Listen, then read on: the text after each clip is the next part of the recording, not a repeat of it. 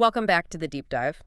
We're often aiming to give you that essential shortcut to high-level knowledge, and today we are diving deep. We're looking at how these worlds, high-end contemporary art, designer culture, digital collectibles, how they're all converging. It's happening in one pretty spectacular 3-day event. Yeah. The VeVe DesignerCon drops for 2025.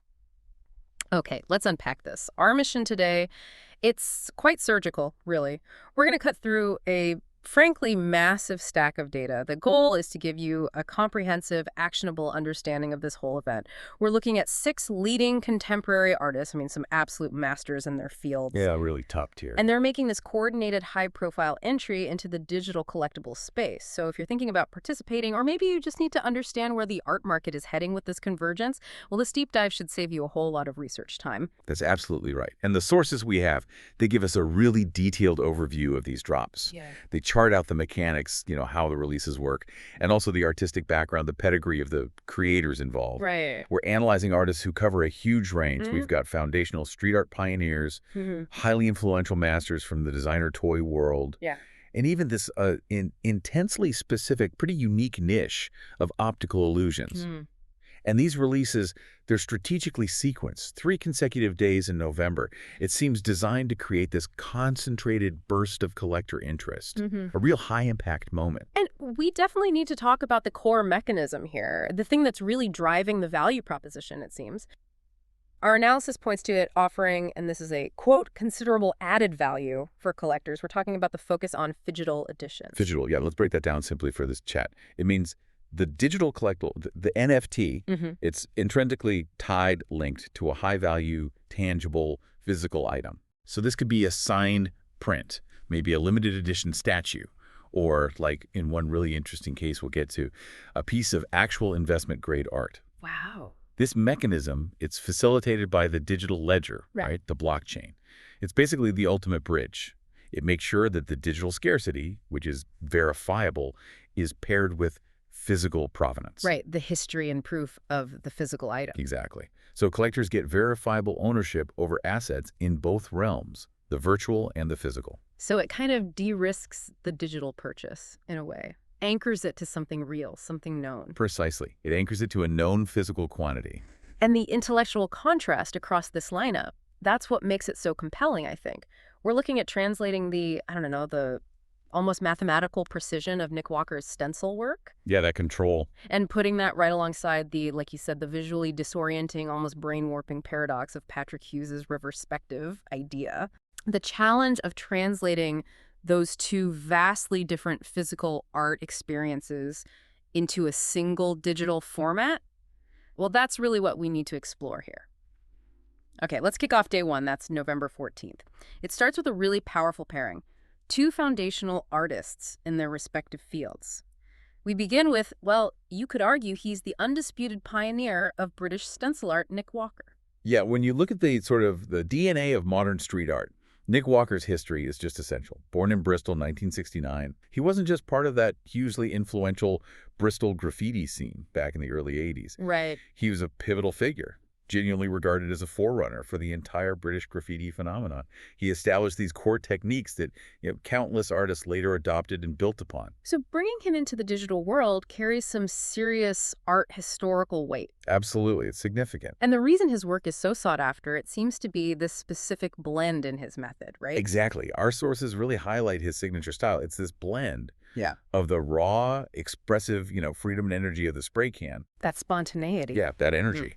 But then combined with these incredibly controlled and precise stencil techniques, it's that marriage of spontaneous impulse and meticulous planning that gives his work this sophistication, something often missing in, let's say, earlier street art. And that sophistication, it translates directly into market value, doesn't it? Oh, completely. Market validation is strong. To really gauge his legacy, just look at his piece, Mona Lisa. Okay. When that went to auction at Bottoms back in 2008, it sold for 10 times its estimated value. Wow, 10 times. Yeah, and that wasn't just, commercial success. It was a really clear, emphatic statement. It showed that street art, when executed by someone like Walker, was fully integrated into the serious fine art investment market. So bringing that history, that perceived value, into a digital collectible, that's a massive strategic move. Huge. So what exactly is Walker offering collectors in this drop? What's the piece? The collectible is one of his most iconic early works, MoniLi. MoniLi, okay. And it's a perfect choice for a debut, really.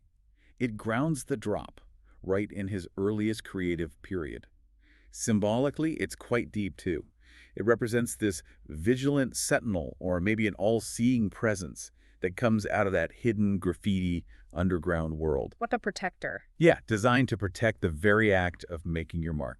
A guardian figure for the artist. Okay, let's dig into the drop structure. It looks like a really strategic, high-scarcity release. Definitely. The list price, it's set at a pretty accessible $20, but it's delivered through a blind box mechanic. Right, and maybe we should just clarify blind box quickly. Good idea. For anyone listening who isn't familiar, blind box means you pay that $20, but you actually don't know which version, which rarity tier you've got until after you've bought it. Yeah, it makes the purchase itself kind of a randomized lottery. Adds excitement or maybe frustration depending on your luck. True. And the total edition size for MoniLi is really tight. Only 1,373 copies in total. That makes it the smallest overall drop in this whole Dcon lineup we're looking at. And the breakdown of that scarcity, the distribution, that's key too. It really is. You see two common tiers, Fractured Stone and Ghostlight. They're both at 399 editions. Okay, so quite a few of those. Relatively speaking, yeah. Then the uncommon, Kintsugi, that drops down to 299. And the rare, Pyroscorch, lands at 199. So the curve ensures that even though the drop is exclusive overall, most of the editions are actually clustered in those lower tiers. Exactly. Makes sense. But then the rarity just spikes dramatically. It really does. There's a special edition. It's called VeVe Spectrum. Only 41 copies of that one. And for context, that VeVe Spectrum designation usually means it's a custom colorway, designed specifically for the VeVe platform, adds another layer of sort of unique digital scarcity. Right. And then we hit the secret rare tiers, and this is where that Phygital component kicks in. This is absolutely where the true premium value is concentrated. Yeah. The silver edition. It's designated secret rare and Phygital. Only 35 copies exist digitally. 35. Wow. And then the ultimate chase piece, the Prism edition. That's labeled special edition and Phygital. It's a unique one of one. The only one. One of one. Okay. We really need to pause here for a second because the details around this Phygital element, they reveal a really crucial complexity, something collectors absolutely need to understand. Yes. This is where we have to dig into a potential ambiguity, or at least a nuance. So collectors who manage to acquire the digital silver, one of those 35 editions, or the singular prism, the one of one, they are entitled to receive a physical A2 print. Okay. And it's personally signed by Nick Walker himself. That sounds great. But here's the nuance our sources highlight, right? Exactly. While there are 35 digital silver editions up for grabs in the drop, globally, there are only 30 signed silver prints available for redemption, plus the one signed prism print. Wait, so 35 digital silvers, but only 30 physical silver prints? Where did the other 5 go? That 5 edition difference is significant, Yeah. It immediately raises questions. Why the discrepancy? It suggests, well, maybe a complexity in how the redemption works. Or perhaps, and this seems quite likely, 5 of those digital assets are reserved. Reserved by who? Could be the licensing partners, Hellmut in this case, or the platform VeVe, or maybe the artist himself, perhaps for marketing, future promos, or just for their own archives. Okay, so the bottom line for a collector is the physical item, the signed print, is arguably even more exclusive than that secret rare digital count of 35 might suggest at first glance. Correct. In total, only 31 signed pieces are confirmed for collector redemption, 30 silver plus 1 prism. This ensures that physical provenance stays exceptionally scarce, which in turn really amplifies the value of the digital asset that qualifies you for that redemption. Makes sense. And there's a real-world tie-in, too. Yeah, for anyone actually attending Dcon in Vegas, there's an extra benefit. You get the opportunity to actually view or maybe even collect that physical edition right there on site. That's cool. It further grounds the whole digital transaction in a physical, high-profile event experience. Exactly. Bridges the gap. Okay, one last but really vital piece of data on the Walker drop, the market fee. Ah, yes, the secondary market fee. It's listed at 7% for any sales after the initial drop. Which is substantially higher than the standard fees we're going to see elsewhere in this Dcon lineup. Right. We definitely need to come back to that in the analysis section. It feels like it signals something, Maybe a distinct premium or a unique licensing structure, perhaps involving his partner Elman-X? It certainly warrants discussion later, yeah. Okay, shifting gears now. The second drop on day one moves us squarely into the world of designer toys and character icons. We're talking about Scott Tollison. He's a huge name in the collecting space. Yeah, Tollison, he's LA-based, describes himself as a toy junkie, which I love. Yeah. And his professional design background is impeccable. He's worked for the Walt Disney Company in entertainment productions since way back in 1998. Wow, long time. Yeah, designing everything from parade elements to specific merchandise, event visuals. That commercial experience gives him this sort of unparalleled understanding of nostalgic character appeal and mass market design.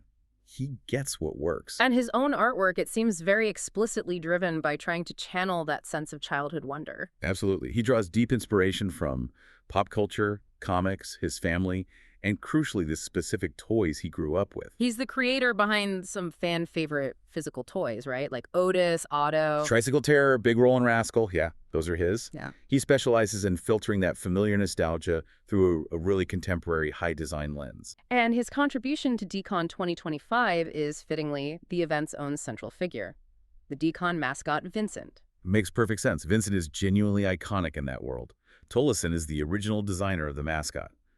And the cool thing is, Vincent continually adapts, gets reinvented each year to match the specific theme of the DesignerCon event. So bringing Vincent onto VeVe into the digital sphere, it kind of formalizes the mascot's history as this long-standing, evolving cultural icon. Exactly. It gives it digital permanence. Now, the structure for this drop looks dramatically different from Walker's high-scarcity, Phygital-driven model. Very different, yeah. The list price stays accessible, $20, also via blind box, but the total edition count is much higher at $2,300. Way more available overall. And crucially, that secondary market fee is much lower. It's 2.5%. Right, which seems to be the standard benchmark for most of these drops. Yeah. We'll use that for comparison later.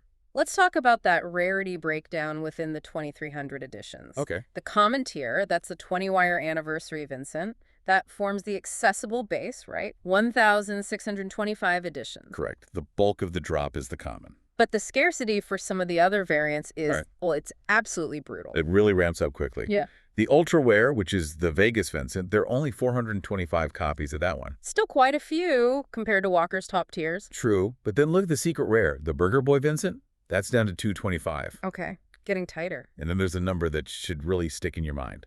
Go on. The Special Edition. Okay, Vincent. It has an astonishingly low count of just 25 copies. 25. 25 out of 2,300 total. Exactly. Wow. Okay, so this is a completely different strategy. It's a pure numerical rarity play. Precisely. If you compare the numbers across day one, yes, Walker's one-of-one Prism is obviously the most unique, single collectible overall, can't beat one-of-one. Right. But okay, Vincent, at just 25 copies, it's the most numerically scarce non-Phygital edition across the entire Dcon lineup we're reviewing. That's a key distinction. So Tollison is using extreme digital scarcity, but within a much larger, more accessible total pool. Exactly. It drives intense demand among those pure digital rarity hunters, the ones who love the chase for the lowest mint number, the smallest edition size. So it democratizes entry, but creates this almost impossible to get digital trophy. Perfect way to put it. It's a great example of targeted scarcity marketing aimed at different collector profiles than, say, the Walker drop. All right, moving into day 2 now, November 15th. And here the drops seem to transition. They demand a bit more intense visual and maybe conceptual engagement from the collector.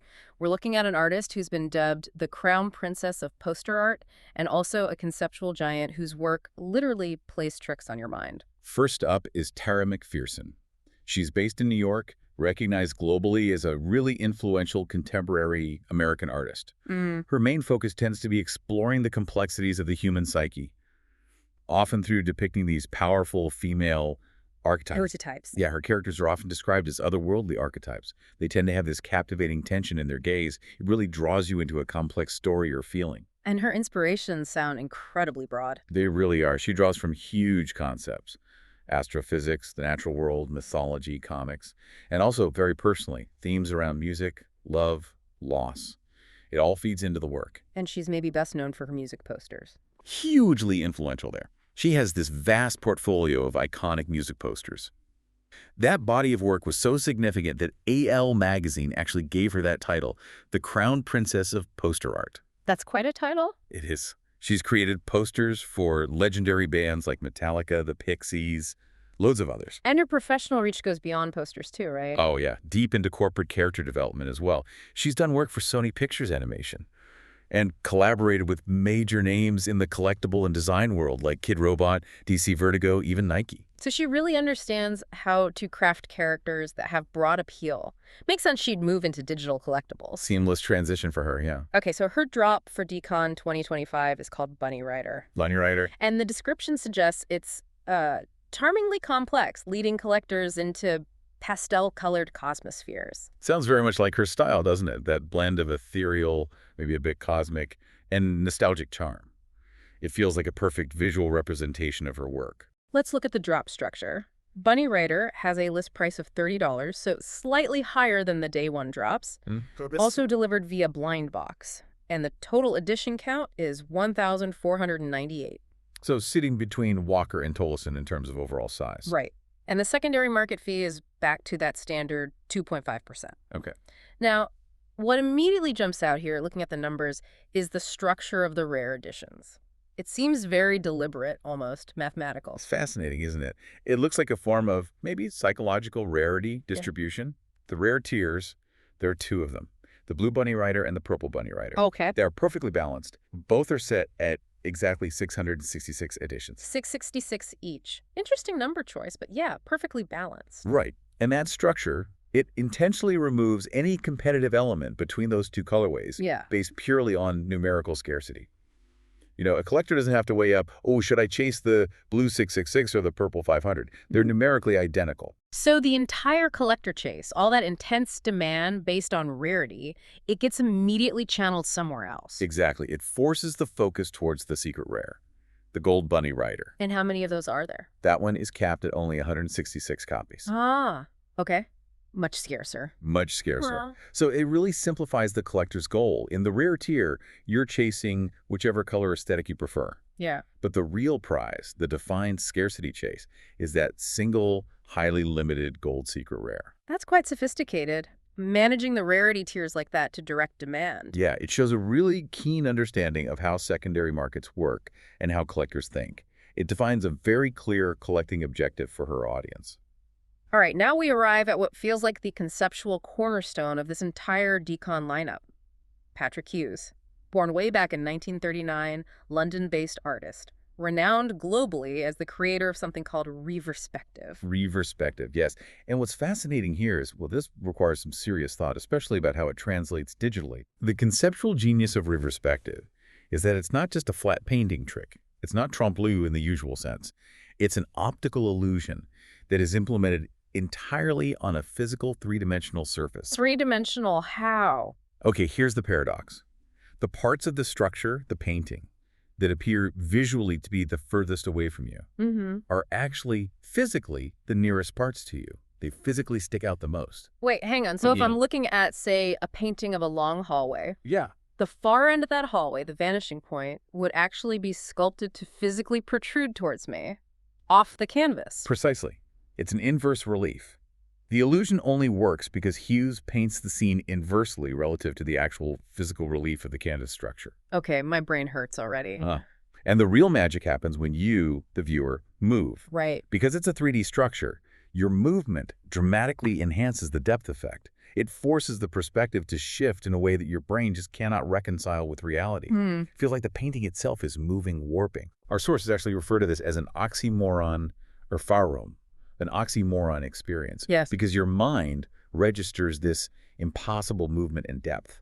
It's really disorienting but powerful. Okay, that is intensely physical art. I mean, if the entire experience relies on the viewer's shifting physical position relative to this protruding, sculpted canvas, how on earth does Viz plan to capture that complexity, that conceptual power of the ReVerspective idea in a static image? Or even an animated digital collectible. That seems like an almost impossible task. That is the core challenge, isn't it? And frankly, it's why this particular drop is so significant for the platform itself. Yeah. They'll have to use digital animation, movement, perhaps leveraging things like parallax effects or forced perspective rotation within the app. Trying to simulate that disorienting shift. Exactly. They've got to try and capture the digital equivalent of that mind warp experience, because that's like half the value proposition of Hughes' actual physical work. Yeah. If they manage to pull it off effectively. It really proves the platform can handle translating high-concept physical art into the digital realm. It's a big test. Okay, so his Dcon drop is titled Reverspective Series 3. And it's clearly positioned as a high art statement piece. It's actually dropping across 2 days, November 15th and 16th. Yes, split across 2 days. And the Phygital element here, it's entirely different from the Nick Walker model we discussed. How so? This is the high-stakes, blue-chip art offering of the whole event. The collector who manages to obtain the singular one-of-one digital artwork, which is named Canalicious. Okay, the one-of-one Canalicious. That person receives the corresponding physical retrospective multiple, the actual artwork. And the monetary value is explicitly stated for this one, unlike the Walker print. Absolutely. This physical multiple, it's noted as a new development in Hughes series, which confirms its contemporary relevance, and it comes with a recommended retail price, an RRP of £5,000. £5,000 sterling. £5,000. Okay, that is a game changer. Totally. Because it directly targets the serious art investor, not just the casual digital collector. But hang on, for a physical asset like that, tied to a one-of-one digital drop, doesn't that expose V and the collector to significant logistical risks? Given the item's high value, that £5,000 RRP, I mean, what if the physical retrospective gets damaged in transit? Or redemption gets complicated somehow? That is a huge point, and you're right to raise it. It's why the logistics surrounding this specific drop are absolutely paramount. That high RRP basically implies or necessitates detailed insurance, probably white glove shipping, rigorous verification of the physical item's condition before and after transit. Right, you can't just stick that in the post. Exactly. The high value forces the platform, VeVe, to treat the digital ownership not just as a fun collectible, but as an insured title to a gallery-grade physical asset. It really elevates the entire digital transaction to the level of traditional fine art sales, where things like provenance, condition reports, and safe insured transfer are absolutely non-negotiable. So this drop really sets the highest bar for Phygital commitment within this whole Dcon lineup. Definitely. It's the peak of the Phygital integration here. Okay, our final artist for day 2 seems to bridge the worlds we've explored so far, merging that gritty aesthetic of street art with the high-gloss appeal of designer toys. We're talking about Sket1. Sket1, yeah. Born Andrew Yazgar in 1970. He actually started his artistic journey way back in the 1980s in New Haven, Connecticut, as a graffiti artist. And that foundational experience, that grounding in street art, really gives his later work its distinct energy, its edge. And he successfully made the jump to designer toys. That seems like a tough transition. It is a tough transition, and he's seen as a really influential trailblazer in that movement. He managed it successfully, which is rare and commercially difficult. And he's been designing vinyl toys since around 2003, for all the big names. Pretty much everyone, yeah. Kid Robot, 3D Retro, Super Plastic, the major players. His design philosophy, it seems, defined by this passion for taking familiar bits of pop culture, you know, the recognizable symbols, logos, characters we all grew up with, and blending them into these original, cohesive artworks, often quite subversive takes. Clever. And this innovative approach has made him a go-to collaborator for huge global brands, too. We're talking Coca-Cola, Warner Bros., Ford, DC Comics. Wow. He also created his own iconic figures like Ripple and Dripple. Okay, so his first drop, which arrives on November 15th, is called Ghost. Ghost. Now, specific drop numbers and pricing weren't available in our sources for Sket1, which is a bit different. Right, less data on the specifics. You know, you have to focus more on the artistic significance, I guess. Exactly, and Ghost seems positioned to represent Sket1's mastery of that synthesis we talked about. The sources confirm the work continues his signature style mix, blending those foundational graffiti forms, you know, the bold lines, maybe the visual aggression of the street, with a bright, energetic finishing and the structured form of modern toy culture. So it's like a direct visual map of his career arc. Pretty much. Showing how he moved from, say, tagging walls to designing these highly collectible, polished vinyl pieces. It's expected to be a strong link back to his earliest work, but executed with his current level of precision. All right, we've finally reached day 3 of the Dcon experience, November 16th. This day wraps things up with the conclusion of Sket 1's narrative and also introduces us to the really colorful, activist-driven art of Nina Palumba. So Sket 1's story continues and concludes with his second drop, Dripple, which arrives on this final day, November 16th. Okay, so if Ghost, the first drop, represented his foundational style, how is Dripple positioned? Dripple is described as the bold evolution. It's seen as the continuation of his playful, often subversive interpretations of pop culture icons. It's expected to showcase a more developed, maybe higher gloss version of his street art roots, fully embracing the designer toy aesthetic. So this dual drop strategy seems quite clever from a marketing perspective. Very savvy, yeah.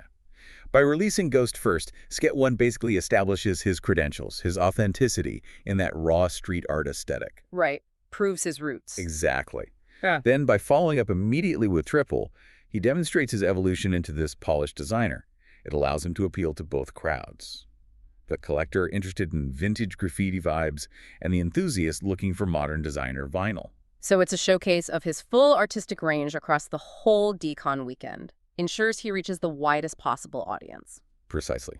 A smart way to cover all bases. And since we don't have those specific scarcity and pricing details for Sket 1's drops, the main focus for you, the listener, should probably be on that thematic arc. You know, how he uses iconic forms, color, texture to really bridge that gap between street culture and contemporary character design. Yeah, his market strength really lies in combining that insider graffiti knowledge with a very accessible mainstream appeal. Okay, our final artist for the Dcon drops provides this really necessary infusion of vibrant color and actually some social commentary too. Nina Palumba. She's an LA-based independent street art artist, also a cartoonist and illustrator. Her work is intensely accessible, often quite playful, and deeply personal. And she's created this distinct artistic universe known simply as Nina's World. That's right, Nina's World. It's this really energetic, fun mix of street art spontaneity and pop art polish, instantly recognizable for its sheer cheerfulness and boldness. Her style sounds heavily influenced by nostalgia, particularly American nostalgia. Very much so. She draws significant inspiration from iconic Americana, things like Archie comics and early animation.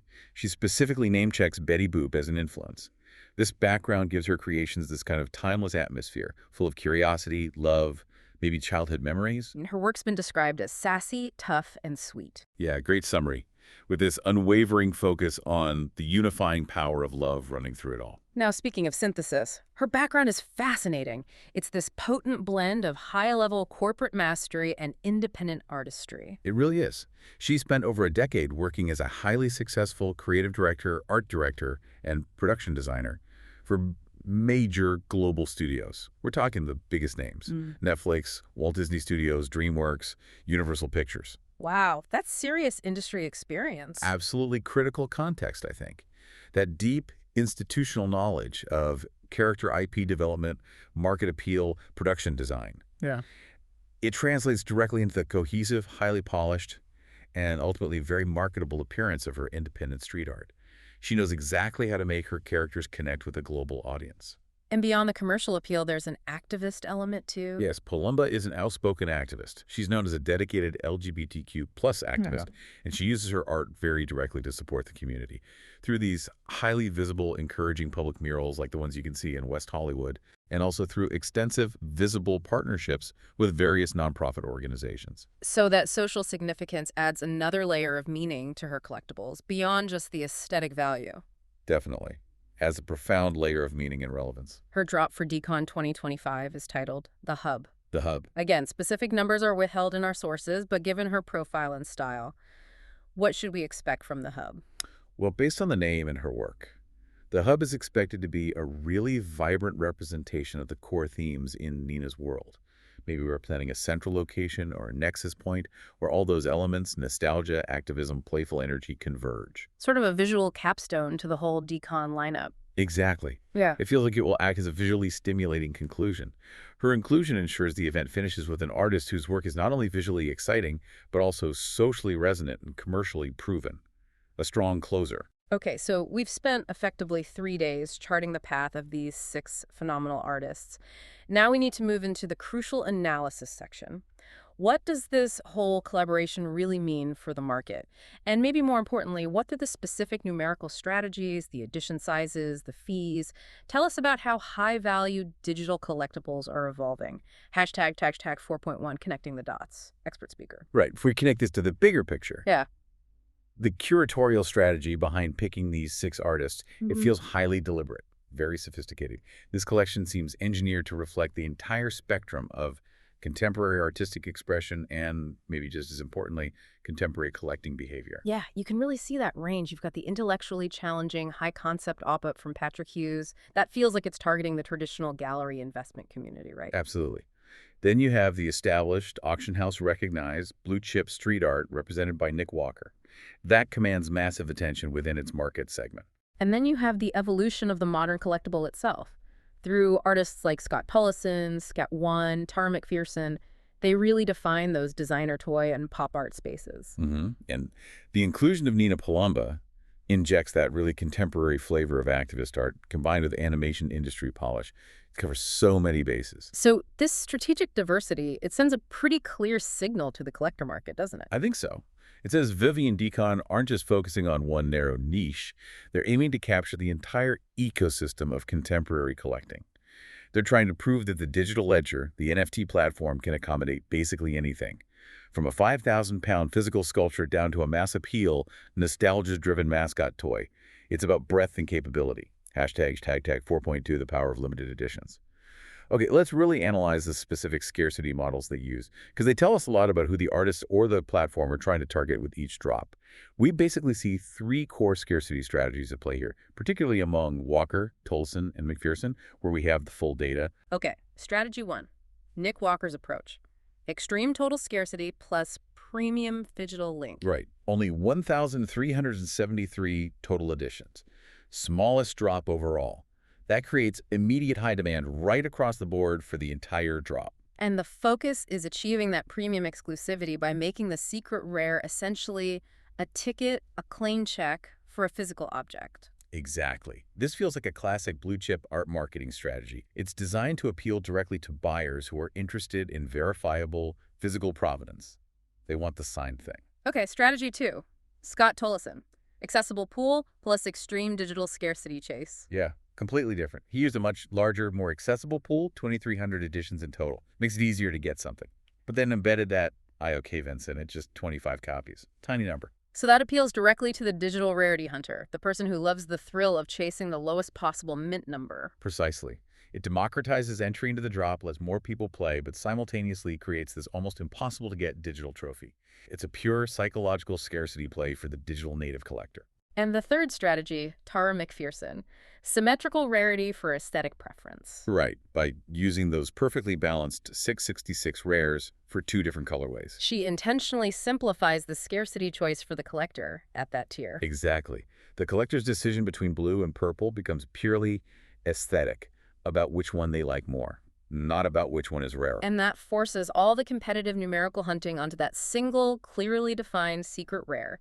The gold one at 166 copies. Right. This structure is designed to minimize internal market competition between the rare tiers, hopefully stabilizing their value relative to each other while maximizing the desirability and focus on the secret rare. That level of detailed edition management, it really shows a profound understanding of collector psychology and market dynamics. It really does. Very smart. Hashtag 4.3, the economics of Phygital value. Now, the Phygital offerings themselves, they're really the economic linchpin of this whole collection, aren't they? And interestingly, they present 2 completely different value propositions to the market. Okay, let's break that down. First is the Nick Walker model, democratization of provenance. Right. It's successful. Remember, it's tied to that $20 digital blind box purchase. And it grants the chance to obtain one of only 31 physical, signed A2 prints globally. So the significance there is democratizing access, giving more people a shot at owning a physical asset signed by a foundational artist. Exactly. This strategy positions the digital asset, the NFT, primarily as a kind of certificate of authenticity or a lottery ticket for the physical. The digital ledger validates the scarcity and the ownership claim for the physical print. It's about providing authentic provenance and allowing mass market participants the chance to own a piece of authenticated physical fine art. even if the upfront monetary value of the print itself is secondary to the signature and the limited run status. Okay, then the second model is Patrick Hughes, verified blue chip investment parity. Yeah, this is the ultra premium approach, completely different end of the spectrum. The digital asset is a unique one of one, and owning it instantly entitles the collector to that physical reverse-spective multiple with the stated RRP of £5,000.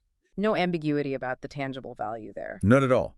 It links the digital ownership directly, unequivocally, to a high monetary value, insured, gallery-priced piece of contemporary art. So for the platform, VeVe, this proves they can handle serious investment-grade transactions. Right. And for the buyer, they're essentially acquiring an art investment vehicle, but one that's backed by a specific, verifiable monetary value recognized in the traditional art world. So this isn't about democratization like the Walker print. It's about establishing digital assets as having parity, as being legitimate investment tools alongside physical galleries. That seems to be the core message, yeah. So the key significance across both these models is that the digital ledger, the technology provided by VeVe, is functioning as this immutable, globally accessible certificate of title, a title for high-value, tangible artwork. Exactly. It directly addresses that fundamental skepticism some people still have about purely digital assets. It anchors them firmly to something physically rare, verifiable, and often, as in the Hughes case, extremely valuable in traditional terms. Hashtag tag 4.4, market fee comparison. And finally, we absolutely have to return to that specific data point about the secondary market fees, because it's a critical piece of market signaling. Right. The standard fee for most of these Dcon drops, Tolleson, McPherson, Sket1, Palumba, and we assume Hughes as well, is set at 2.5%. That seems to be the baseline for this event. Yet Nick Walker's drop is explicitly listed with a 7% market fee. That's a huge difference, a 4.5 percentage point jump. That massive difference can't be accidental. It has to be intentional. And it raises a really fascinating question for anyone analyzing the market. What could be the reason? Licensing complexity. That's one strong possibility. Walker is working with MoniLi, who are a specialized digital art licensing partner. That likely adds a layer of revenue distribution, maybe negotiation complexity that might not be present in the more direct Dcon collaborations with the other artists. Makes sense. Are there other possibilities? Well, alternatively, and perhaps more interestingly for the collector trying to read the signals, it acts as a strong market indicator, a signal that this is perceived by the artist or platform as a high-demand, high-premium drop from the outset. How so? A 7% fee maximizes the revenue generated by the artist and the platform on every secondary market sale. They're anticipating high volume and high value trading. Could it also affect trading behavior? Absolutely. High secondary market fees often function as a kind of deterrent to rapid flipping or short-term speculation. If the fee eats up a significant chunk of any potential profit on a quick turnaround. It encourages longer-term holding. Potentially, yes. It encourages holding among participants, which could, in theory, lead to more stable secondary market values over time compared to assets with very low fees. It's essentially the platform and artists saying, this is a highly prized asset, and if you intend to trade it frequently, you're going to pay a premium for that privilege. So it really solidifies Walker's position as the perceived blue chip premium offering within this diverse lineup, even beyond the Phygital element. I think it certainly contributes to that perception, yes. Yeah. Hashtag outro. Host speaker, expert speaker. Wow. Okay, we have navigated the really impressive breadth of these VeVe DesignerCon 2025 drops. We've covered everything from the pioneering stencil work of Nick Walker and the foundational mascot design of Scott Tolleson, to the cosmic archetypes of Tara McPherson, the powerful activism and color of Nina Palumba, and of course, the truly mind-bending conceptual art of Patrick Hughes. Might align it. The whole event feels like a masterful deployment of different strategies around phygital rarity and digital scarcity. But here's where it gets really interesting, I think, as a final thought. We spent some time on Patrick Hughes's retrospective concept, right? That physical artwork where the parts that look furthest away are actually the parts physically closest to you, the viewer. Right, that core paradox. It's such a profound idea. It forces us to question our immediate perception of depth of reality itself. And that central idea, that concept of reversed perspective, it provides a really provocative final thought for you, the listener, to carry forward, especially regarding digital ownership in this new economy. Think about it. In this new world, the digital asset, the token, the collectible that's immediately present right there on your phone or computer screen is conceptually the closest thing you own. It's right there. Yeah, instantly accessible. Yet this digital token, which is so close, represents a verifiable physical value, the print, the sculpture, that 5,000 pounds, multiple which traditionally used to be the distant reality of the art market, something you might see in a gallery far away or read about. I see where you're going. So if the digital asset is now what is closest to you, what seemingly distant tangible values might now be physically closest and instantly realizable in an age increasingly dominated by digital ownership. This Dcon collection, particularly the Hughes piece, challenges us to reverse our own perspective, to realize that the intangible digital asset may now be the most immediate, the closest route to tangible, high-value physical art ownership. So what other traditional investments or physical assets are suddenly closer, more accessible than we think thanks to this digital layer? Exactly. What hidden tangible values might now be effectively closest to hand, even if they appear distant? That's something to really mull over.